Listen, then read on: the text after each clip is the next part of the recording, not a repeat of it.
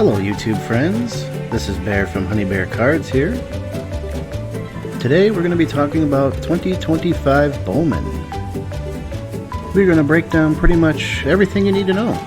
What's new, what's gone, who to look for, and most importantly, we've crunched the numbers, so we're going to let you know what format is looking best depending on what you are looking to get out of it.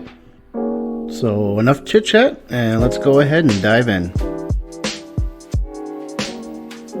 First, let's talk about the formats. We have 4 different formats this year. We have a value box and hobby box, Breaker's Delight, and the jumbo. Both hobby and jumbo and value boxes were listed on the Topps.com website for pre-order a few weeks ago. As of the recording of this video, the value box is still up there. So if you're interested in getting one directly from Topps at most likely the bottom dollar price at $29.99, you may want to run over to your computer and get that now.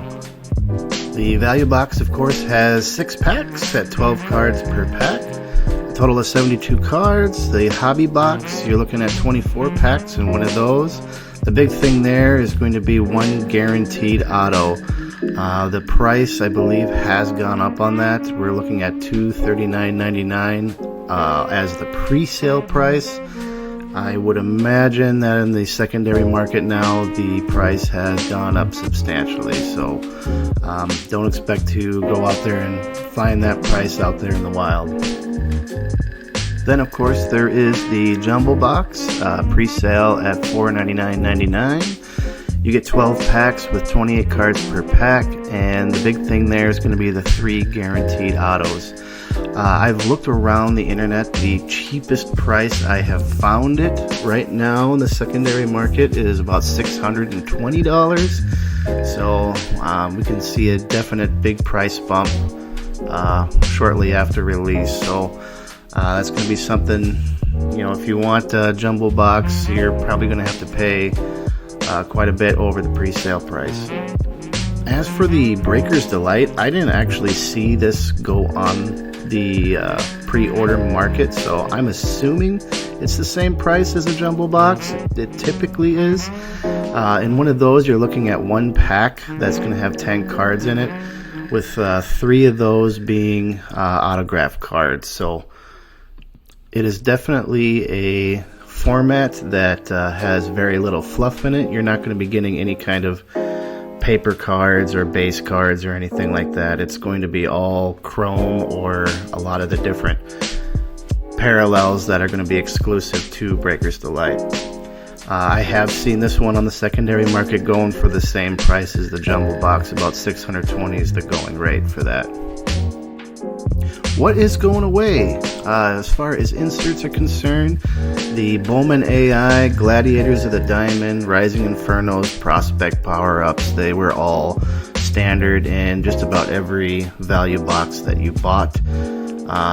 But the one thing, the reason why I have spotlights on there, this is unfortunately no longer going to be in value boxes, so you can only get this in jumbo, Breaker's Delight, and the hobby boxes this year, which is a real bummer.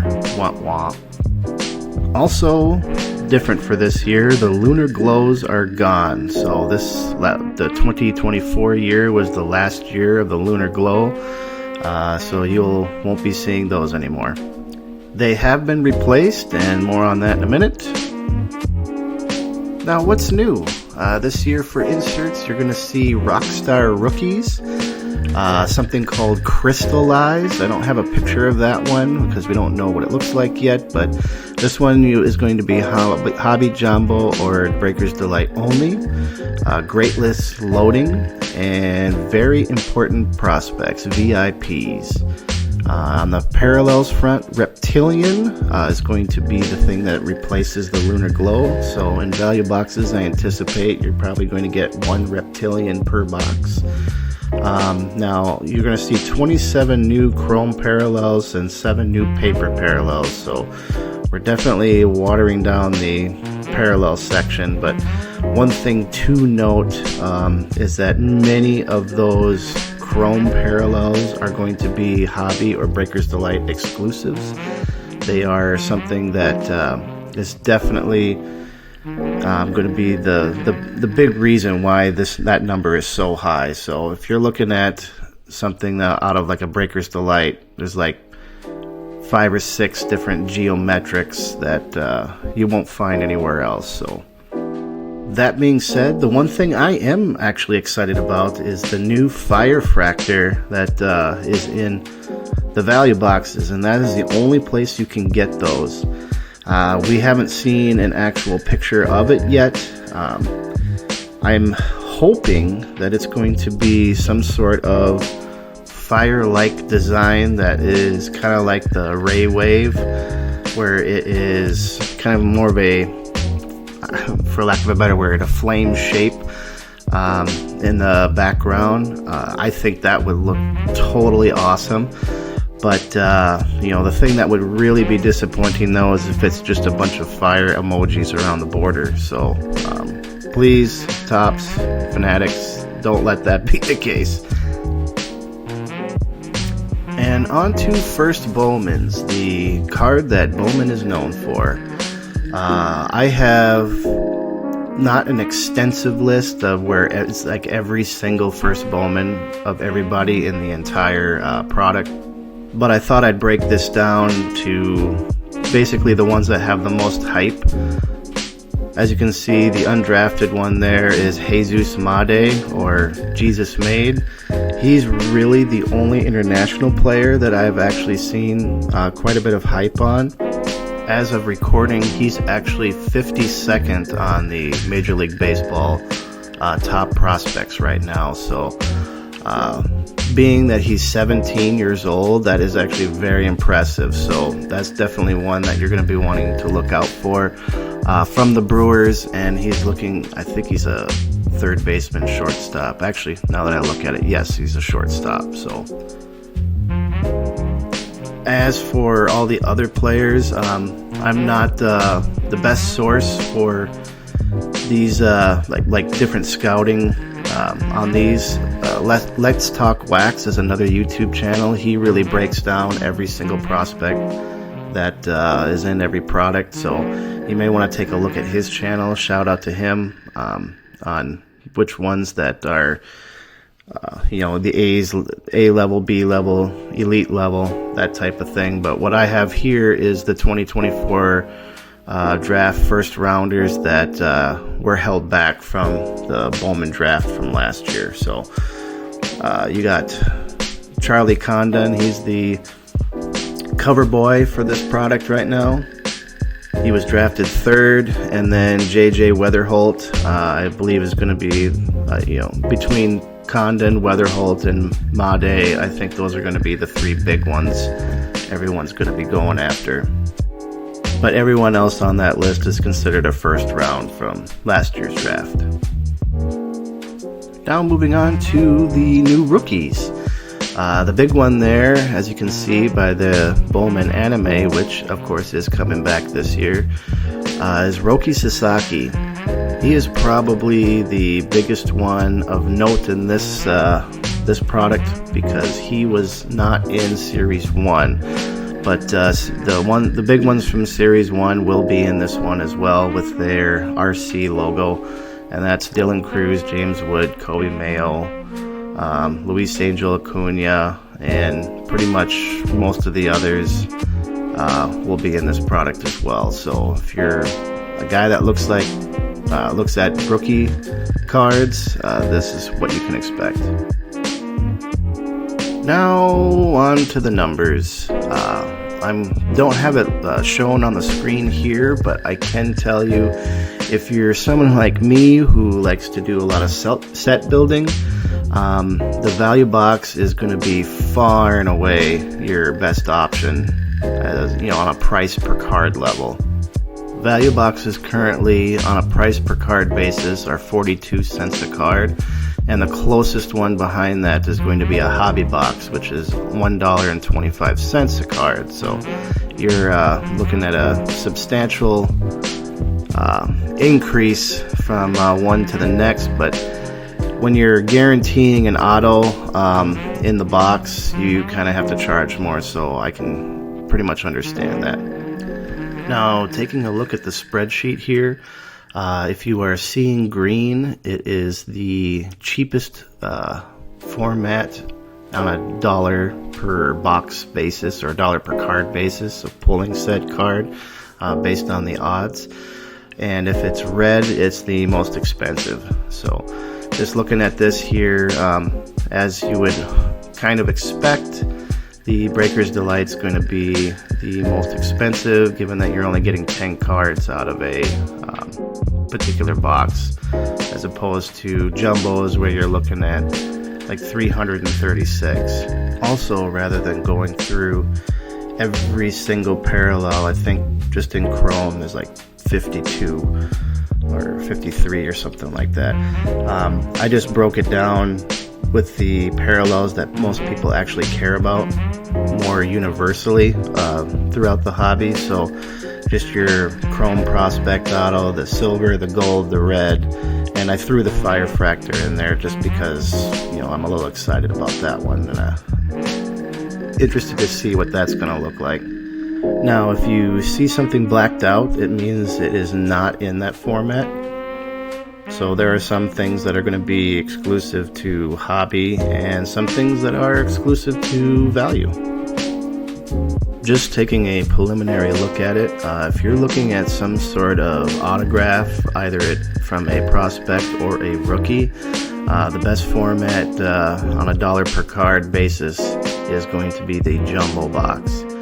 But if you're looking at a Chrome prospect of just like the Chrome base card, your dollar per card basis is actually best in a value box, which I thought was pretty interesting. Also, if you are definitely into anime, the anime insert, which I haven't hit one yet, but I am very excited about getting one if I can get one. The best way to do that is also through a value box. Now, the odds of you actually hitting one is probably about 9.5 cases. Yeah, my back of napkin math is correct. 9.5 cases of value boxes will get you an anime insert. So they are going to be exceedingly rare and something that's going to be hard to come by. They do have a kanji variation that's got the Japanese script that's on the card. And if you hit that one, you just hit the lottery, because that is in terms of a value box, it's a $7 million card. Of course, you probably won't get that on the open market, so don't quote me on that. But you'd have to be spending about that much to actually hit that in a value box. In fact, the way it looks to me, there's probably only one of each player in a value box. Now let's take a look at the odds. Is it easier or harder to hit an auto than it was last year? Well, the short answer is it is harder to hit a autograph than it was last year, but it's not quite as bad as a lot of people that I've been seeing out there make it out to be. An example of this is if you look at the Topps odds sheet for 2024, the Chrome Prospects and Rookies autographs odds is 1 in 75 packs last year, but it is 1 in 121 for prospects this year. Well, if you noticed in what I just said there, last year rookies and prospects were all combined together, whereas now they have been separated. So if you look on your odds sheet here, you'll notice that the Chrome Rookie Auto is 1 in 9,106. So taking both of those things together, is it 1 in 75? No, it's still worse than that. But now you're looking at maybe 1 in 101 if you combine those two together. So just a couple things to note, and it's like that all over the place. I'm pretty sure like even green grass autos are even easier to hit this year than they were in previous years. So just bear that in mind. I did a little bit of back of napkin math, just looking at like what a full case of 240 packs would get you. Value boxes. I broke this down with value boxes because I have this feeling most of my audience is going to be buying those more than anything else. But you're looking at 121 packs. You're probably going to get 2 chrome autos, one of the value exclusive green chrome autographs. Just combining all the other chrome autographs, you probably have a half a chance of getting one, so we'll just say 0.5. Now the paper prospect autos, that's something that you're only ever going to get in a value format, and you're looking at getting at least one of those at 237 pack odds. And then if you look at all the other colors, like the different parallels, you have a chance of getting that, so we'll just say 0.5 there, and then 0.5 for a paper rookie / vets autograph. Just looking at that back of napkin math, you're looking at most likely you're averaging out at 6 autographs in a single case, just give or take. If your if your luck is just really bad, you could probably see maybe 4 or 5, and if your luck is really good, maybe 7 or 8. So that's kind of your range. But given that would be about 6 autos per case, pretty much every 7th box you can probably on average reasonably expect there to be an auto in there. So if you are perusing your Target or Walmart or Meijer or wherever it is that you shop, if you see a lone box there just sitting there waiting to be bought, there's most likely a 1 in 7 chance you can pull an autograph out of it. But if you do want to wait, I don't blame you. Sometimes the proof is in the pudding. This channel will be breaking open an entire case, so definitely stay tuned for that. Well, that's all I have for now. I hope you guys enjoyed this, or at the very least got some useful information out of it. This is Bear from Honey Bear Cards, just reminding you to keep on collecting cards and bringing them back to your hive. Peace.